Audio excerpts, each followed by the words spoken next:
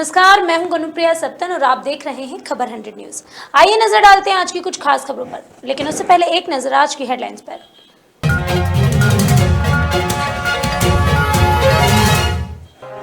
भोपाल में मनाया छठ पूजा का पर्व, महिलाओं ने उगते हुए सूरज को दिया अर्घ्य।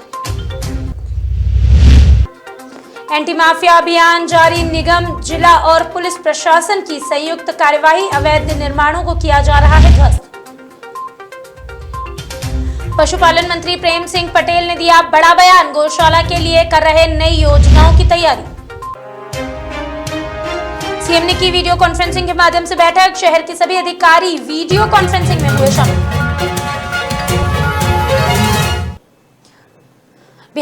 बिहार और उत्तर प्रदेश में यानी कि देश के एक हिस्से में छठ पूजा धूमधाम से मनाई जा रही है। छठ पूजा का उत्तरीय राज्यों में एक अलग ही महत्व है, लेकिन आज सुबह प्रदेश की राजधानी भोपाल में छठ पूजा मनाई गई और यहाँ भी बड़े ही धूमधाम के साथ छठ पूजा की गई।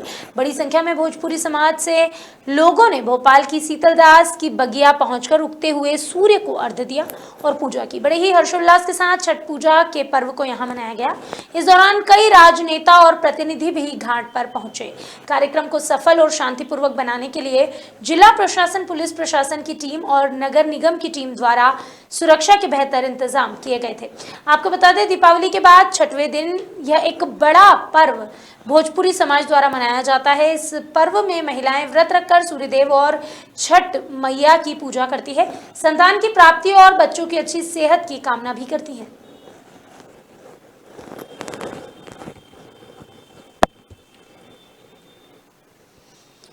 मंदसौर अंतर्गत ग्राम गुर्जर बर्डिया बांसाखेड़ी के बीच कृष्णा ढाबे के सामने सीतामऊ रोड पर अज्ञात वाहन ने नीलगाय को टक्कर मार दी। इस हादसे के बाद घायल नीलगाय बीच सड़क पर ही थी, लेकिन उसका इलाज नहीं हो पाया। हालांकि कुछ देर बाद सीतामऊ एसडीओपी शेर सिंह भूरिया जब उस रास्ते से गुजरे तो उन्होंने घायल नीलगाय को देखा और तुरंत इलाज के लिए उचित व्यवस्था की। साथ ही साथ सड़क पर लाइट की व्यवस्था भी की गई, आगे इस तरह का कोई हादसा न हो सके।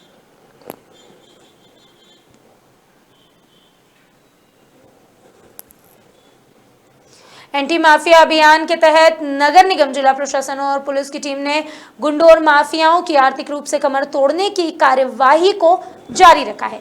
शनिवार को राधिका कुंज कॉलोनी स्थित शेख मुख्तियार के सरकारी जमीन पर बने अवैध गोदामों और दुकानों को ध्वस्त किया गया।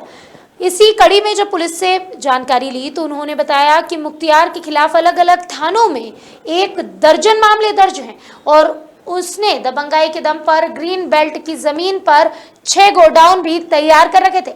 आपको बता दें, इससे पहले निगम का अमला साजिद चंदनवाला, जितेंद्र उर्फ नानू तायड़े सहित अरुण वर्मा, लकी वर्मा और नाबालिगों के शोषण के आरोपी प्यारे मियां के अवैध निर्माणों पर कार्यवाही कर चुका है। ऐसा है कि पिछले कई दिनों से एक संयुक्त अभियान जिला प्रशासन का, पुलिस प्रशासन का और नगर निगम प्रशासन का एक संयुक्त अभियान चल रहा है।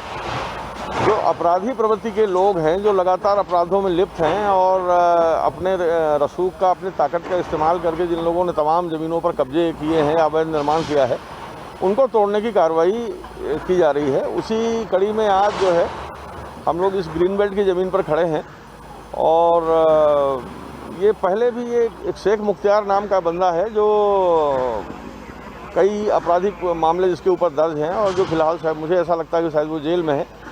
तो उसके 15 अवैध निर्माण और अवैध कब्जे इस इलाके में चिन्हित हुए हैं, जिनको तोड़ने की कार्रवाई सुबह 8 बजे से की जा रही है। अभी कितने तोड़े हैं सर? अभी तक करीब 5 या 6 रिमूवल हो चुका है और करीब 7-8 और है, तो मुझे लगता है कि अगले 2 घंटे में निपट जाएगा। इसके बाद भी सर किसी इलाके में और कोई रिमूवल है? आज अभी और कोई रिमूवल नहीं। आज इसी को करीब ये 15 जो इसके अवैध कब्जे हैं और अवैध निर्माण है, इन्हीं को हटाने की कार्रवाई की जा रही है। मध्य प्रदेश की सियासत में गाय और गौशाला का मुद्दा हमेशा ही अव्वल स्थान पर बना रहता है। इसी कड़ी में पशुपालन मंत्री प्रेम सिंह पटेल ने कहा कि गाय हम सबकी माता है, उनकी सेवा करना हमारे लिए बहुत आवश्यक है। प्रदेश सरकार ने विस्तृत रूप से गौशाला के लिए योजना बनाई है। पशुपालन मंत्री ने कहा कि कल कैबिनेट में गो संवर्धन से जुड़ी बड़ी घोषणाएं की जा सकती है। साथ ही उन्होंने कांग्रेस पर तंज भी कसा और कहा कि पिछली सरकार के अधूरे कामों को हम पूरा करेंगे और गौशाला के लिए नई योजनाएं तैयार करेंगे। पशुपालन मंत्री ने बताया कि निःशक्त जनों को योजनाओं का लाभ दिलाने के लिए हर जिले के कलेक्टरों से भी कैंप लगवाने की बात की गई है। साथ ही पशुपालन मंत्री ने कई मुद्दों पर अहम बात की, कोरोना संक्रमण को लेकर भी चर्चा की और कहा कि कोरोना बीमारी से हम सभी को सतर्क रहना आवश्यक है। देखो, गाय माता हम सब लोगों की माँ है, उसकी सेवा नहीं करेंगे तो फिर मतलब क्या। तो इसलिए माननीय मुख्यमंत्री जी ने जो योजना और जो दो कैबिनेट बनाई है और सभी विभाग के अलग अलग इसमें विभाग मिलने,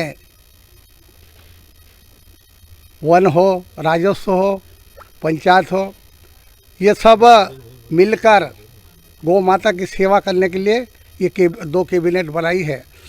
कल जब कैबिनेट की बैठक होगी ये सभी बातें सामने आएगी।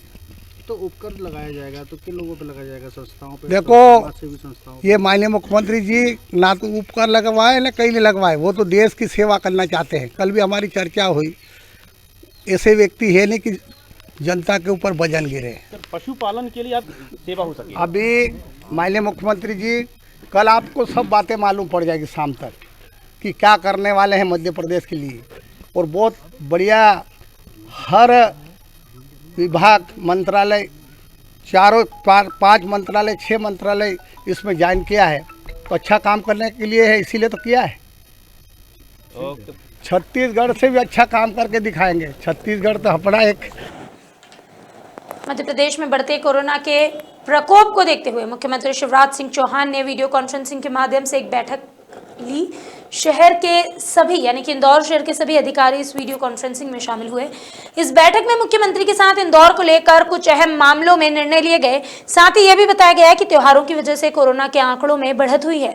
इंदौर कलेक्टर मनीष सिंह ने मीडिया से चर्चा के दौरान कहा कि मुख्यमंत्री ने निर्देश दिए हैं क्राइसिस मैनेजमेंट की जल्द से जल्द बैठक की जाए, संक्रमण की चेन को तोड़ने के लिए कुछ उपाय बताए जाएं। इसके साथ ही स्पॉट फाइन को लेकर कहा कि अब मास्क नहीं पहनने वालों पर स्पॉट फाइन की कार्यवाही की जाएगी, जिससे संक्रमण को फैलने से रोका जा सके। इस दौरान उन्होंने कई मुद्दों को लेकर अपनी प्रतिक्रिया भी दी।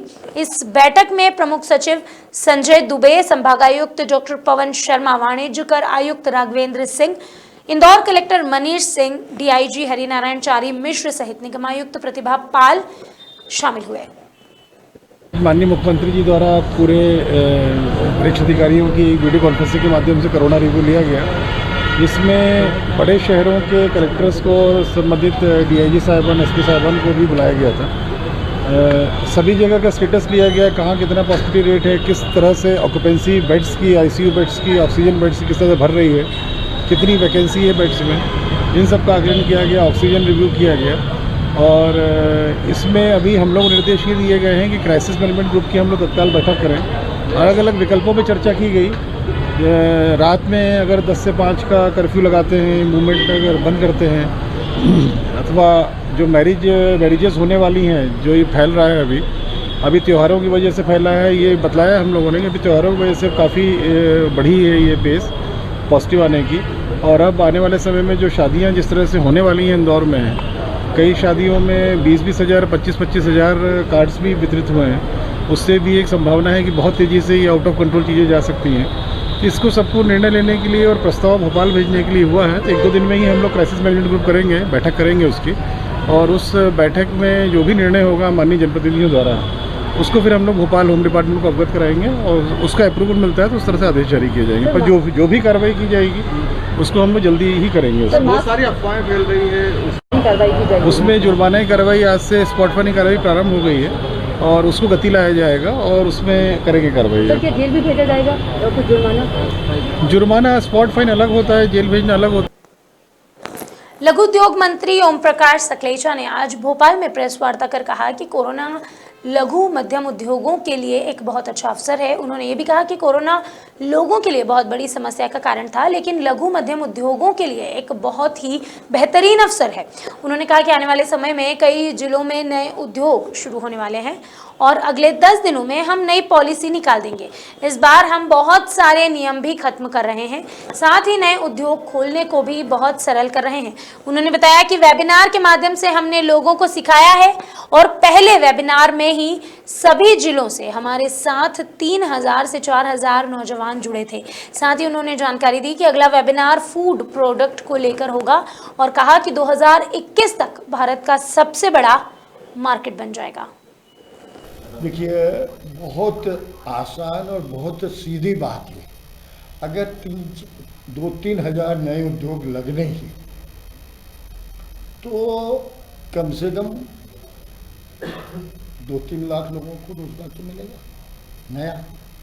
काम तो एक ही, आखिरी में सबसे बड़ा उद्देश्य आत्मनिर्भर भारत में 2 ही है कि जो पुरानी गलतियों के कारण पूरी दुनिया का 50% प्रोडक्शन का बेस चाइना चला गया था, और उसकी भी अगर थोड़ा सा गहराई से समझे तो देश जब आज़ाद हुआ तो रशिया कम्युनिस्टों के इन्फ्लुएंस में था।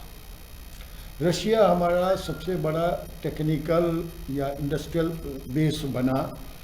जब रशिया में स्प्लिट हुआ तो उन्हीं कम्युनिस्टों ने बड़े स्मार्ट तरीके से उस पूरी चीज़ को चाइना में शिफ्ट करवाया। वो प्रोडक्शन का बेस चाइना बढ़ता गया तेज़ी से, और उस समय की हमारी लोगों ने इतना ध्यान नहीं दिया कि वो प्रोडक्शन बेस वहाँ गया। तो वो सिर्फ प्रोडक्शन बेस नहीं गया, वो हमारे सभी नौजवानों के जीवन के 80% अधिकार लेके चला गया। वो 80% उनके रोजगार के अपॉर्चुनिटी वो सब चली गई। उस कारण हमारे देश से या पूरी दुनिया का सबसे बड़ा बेस चाइना बना। और ये आत्मनिर्भर भारत में हमारे माननीय प्रधानमंत्री जी और मुख्यमंत्री जी ने मिलके जिस तरीके से चाइना के साथ प्रक्रिया हुई, उस प्रक्रिया के कारण पूरी दुनिया में चाइनीज़ प्रोडक्ट की ज़रूरतें, डिमांड एकदम कम हुई। इसका सीधा अर्थ है कि 1 साल में पाइपलाइन का माल ख़त्म होते ही 2021 आखिरी तक भारत दुनिया का सबसे बड़ा मार्केट बनने की तैयारी में है और दुनिया के सप्लायर की तैयारी में भी है। और उसमें सबसे बड़ा योगदान MSME मिनिस्ट्री से ही अपेक्षा करते हैं। अगर आप एक और छोटा सा आपके ध्यान में आंकड़ा डालना चाहूँगा, अगर आप थोड़ी गंभीरता से देखें, 1 एकड़ ज़मीन में किसान ज़्यादा से ज़्यादा 2 लोगों को रोज़गार दे पाता है, सब जानते हैं। बड़ा उद्योगपति होगा तो शायद 1 आदमी को रोज़गार दे दे। बड़ी इंडस्ट्रीज जो होगी पर एकड़ एवरेज लगा लो कि 100 एकड़ है, 100, 150, 200 आदमी से ज़्यादा, 100-150 से ज़्यादा वो नहीं लगेगा। लेकिन अगर MSME की इंडस्ट्री आती है तो 1 एकड़ में 100 आदमियों को रोज़गार देती है। तो हमारी देश की आज की ज़रूरत को हमारे माननीय मुख्यमंत्री एवं प्रधानमंत्री के आशीर्वाद से हमारे सभी नौजवानों की बेरोजगारी को, चिंता को ध्यान में रखते हुए आत्मनिर्भर भारत की कल्पना करिए, और उस कल्पना पे हम पूरी शक्ति के साथ लगे हैं। और मैं आप लोगों से भी ये चाहूँगा कि आपसे भी ये सहयोग की अपेक्षा कि ये बातें आप हर नौजवान तक पहुँचाने में हमारा सहयोग। इंदौर में बदमाशों के हौसले लगातार बुलंद होते जा रहे हैं। ताज़ा मामला इंदौर के लसूड़िया थाना क्षेत्र से सामने आया, जहां सिक्का स्कूल के पास कुछ बदमाशों ने एक युवक को अपना निशाना बनाया, उस पर चाकू से हमला कर दिया। इस हमले में युवक के शरीर पर कई जगह चोट के निशान आए हैं, जिससे इलाज के लिए निजी अस्पताल में भर्ती किया गया है। पुलिस का कहना है कि पूरा विवाद आपसी लेन देन का बताया जा रहा है और आपसी लेन देन के चलते ही कुछ बदमाशों ने युवक को निशाना बनाया। फिलहाल पुलिस आसपास लगे CCTV फुटेज के आधार पर आरोपियों की तलाश में जुटी हुई है। मैं किसी को जानता नहीं था। 8-10 लोग थे और चाकू मारने लग गए थे। जान से मार रहे थे, पेट पे मार रहे थे। मैं मुड़ा एकदम से, पीठ पे भी मारे चाकू और मेरे को बोल के गए कि तेको फिर मार देंगे, ये वो जान से मारने की पूरी धमकियाँ देके गए। कौन लोग थे ये, आप पहचानते हो इनको? 4-5 के नाम पता थे जो मैंने कम लिखा दिए हैं। यश के साथ के थे सारे, प्रथम, आदि, चेरी, ये सब थे। और जिसने चाकू का वार किया, चाकू 2 लोगों के हाथ में जा रहा था बार और उन लोगों ने चाकू से वार किया। कितने जने थे ये 8-10 लोग थे। और आप कितने थे? हम सिर्फ, मैं अकेला ही था। जब जिसको मारा ना, मैं अकेला ही था। कुछ लेन देन का कुछ मामला था? लेन देन का कुछ मामला था। मैं उनको जिंदगी में पहली बार देखा। जो जिसने चाकू मारा उसको तो पहली बार ही देखा। आपका अभी के लिए बस इतना ही। बाकी हर छोटी बड़ी अपडेट के लिए जुड़े रहिए खबर 100 न्यूज़ के साथ, जनता की बुलंद आवाज़।